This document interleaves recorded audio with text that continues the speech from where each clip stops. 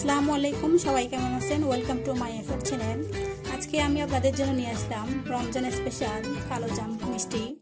রমজান মাসে আমরা বেশিরভাগ ভাজা পোড়া খাই, তবে মিষ্টি জাল জাতীয় খাবার খাই, কিন্তু মিষ্টি একটু কম খাই। তাই মিষ্টিটা খাওয়ার জন্য আমি আজকে আপনাদের জন্য নিয়ে আসলাম মজাদার একটি পারফেক্ট মিষ্টি।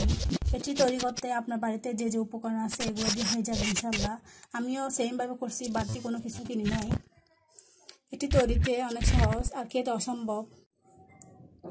আমার রেসিপিটি শুরু করার আগে যারা আমার চ্যানেল এখনও সাবস্ক্রাইব করেননি অবশ্যই সাবস্ক্রাইব করবেন এবং পাশে থাকা বেল আইকনটি ক্লিক করবেন এবং আমার সাথে থাকবেন।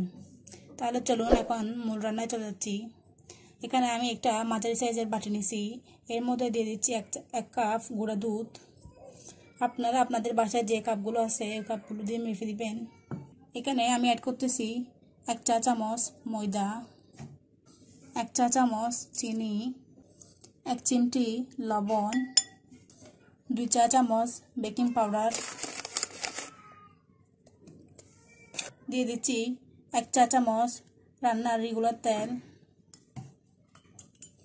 আমার লাগবে একটি ডিম। আমি একটা কাঁটা চামচের সাহায্যে ডিমটাকে ভালো করে ফেটে নিচ্ছি।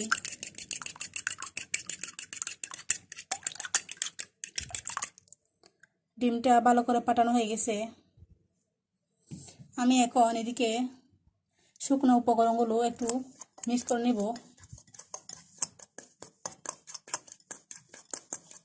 আমার মিক্স করা হয়ে গেছে। আমি এখানে দিয়ে দিচ্ছি অল্প অল্প করে ফেটানো ডিমটি।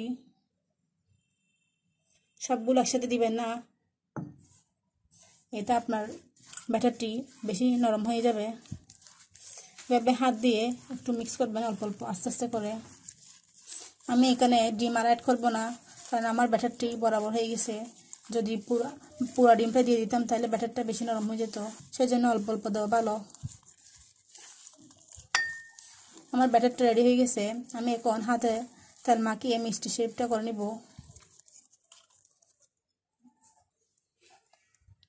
আমি এখানে সয়াবিন তেল নিছি পরিমাণ মতো, আর হাতের তালুতে এভাবে মেখে নিচ্ছি। আমি মিষ্টিগুলো যে ট্রেতে রাখবো এখানেও মিক্স করে দিচ্ছি।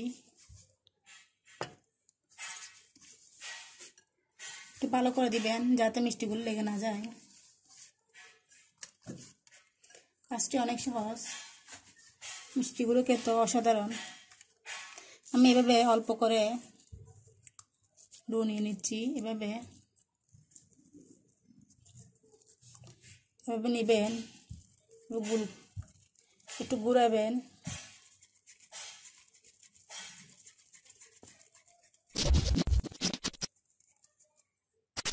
দেখুন এভাবে একটু এরকম করে দিব।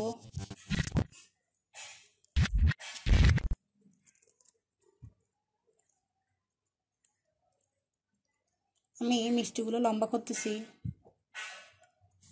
দেখুন কত সুন্দর হয়েছে। আমি আপনাদেরকে আরেকটা দেখাচ্ছি।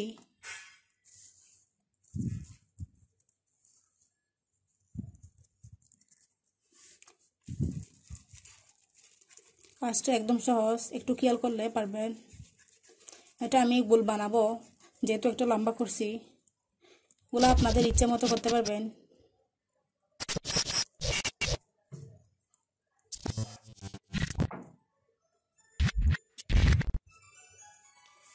হয়ে গেল আমার মিষ্টি। আমি এভাবে করে সবগুলো বানিয়ে নিচ্ছি।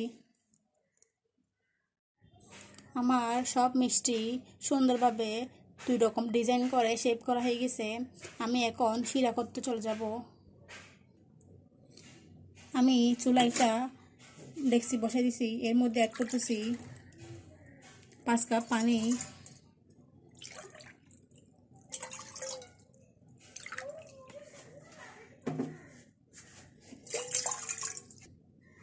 পানিটা দেওয়ার পর আমি অ্যাড করতেছি 2.5 কাপ চিনি।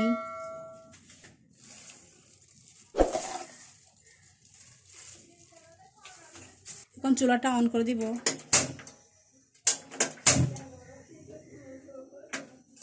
চিনি আর পানি অনবরত নাড়ব।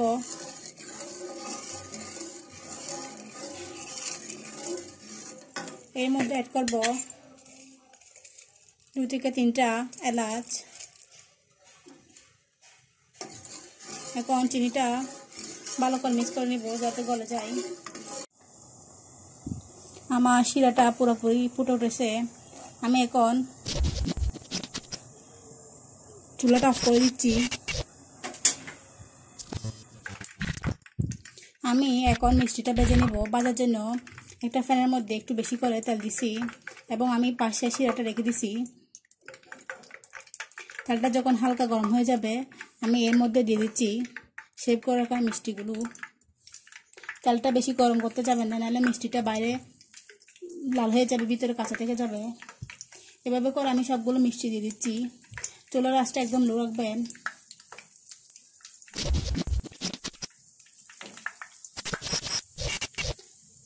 মিষ্টিগুলো যখন এক পাট লাল হয়ে যাবে আমি উল্টে দিব একটু একটা চামচের সাহায্যে। আমি কালারটা একটু গাঢ় করব।